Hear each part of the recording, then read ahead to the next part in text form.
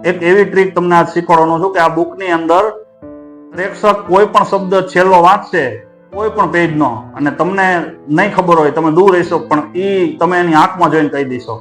આ ટ્રીક ખૂબ જ મજેદાર છે અને ખૂબ જ રસપ્રદ છે અને આ જોયા પછી પ્રેક્ષકોના દિમાગમાં એવો ભ્રમ ઉત્પન્ન થઈ છે કે તમારી અંદર કોઈ ચમત્કારિક શક્તિ છે.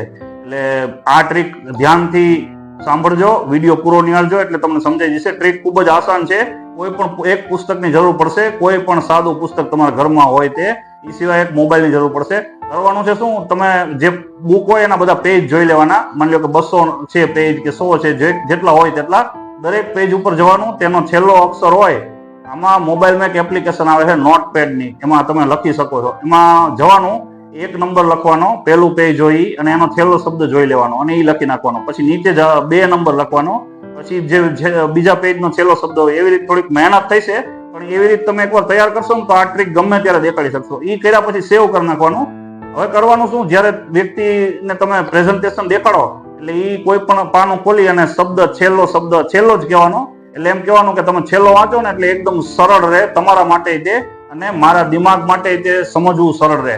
વ્યક્તિએ સ્વાભાવિક છે બુક બંધ કરીને મૂકી દીધી, પછી તમારે એમ કહેવાનું કે હવે તમે મને કહીશો કે પાના નંબર કયો હતો, એટલે મારું મગજનું વાઈફાઈ છે એ કનેક્ટ થઈ જાય તમારી સાથે.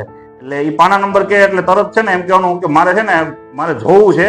હું આમ તો થોડીક સેકન્ડમાં જ કહી દઉં છું, પણ મારે જોવું છે કે કેટલી વાર લાગે. એટલે હું ટાઈમર સેટ કરું છું આની અંદર. એટલે વોચ ઘડિયાળ શરૂ કરવા માટે ટાઈમર સેટ કરું છું. એટલે વાત કરીએ અને તમારે છે ને તમારી તરફ મોબાઈલ રાખીને નોટપેડ ખોલવાનું અને એની અંદર તમારે ઝડપથી જોઈ લેવાનું કે પાના નંબર કયો હતો અને એની સાથેનો શબ્દ. પછી છે ને તમારે ક્લોકનું ટાઈમર ચાલુ કરી દેવાનું અને એને દેખાડવાનું, જો આ રીતે મેં ટાઈમર શરૂ કર્યું છે. હવે પછી પ્રેઝન્ટેશન કરવાની, એની આંખમાં જોવાનું, એમ કહેવાનું કે પહેલો શબ્દ વિચારો, હવે એ ચિત્ર બનાવો. એટલે એ વ્યક્તિ તરત નહીં કહી દેવાનું, થોડીક વાર લગાડવાની. આ રીતે પ્રેઝન્ટેશન કરી અને પછી જયારે તમે શબ્દ કહીશો ને એટલે તમારા મિત્રો ચોંકી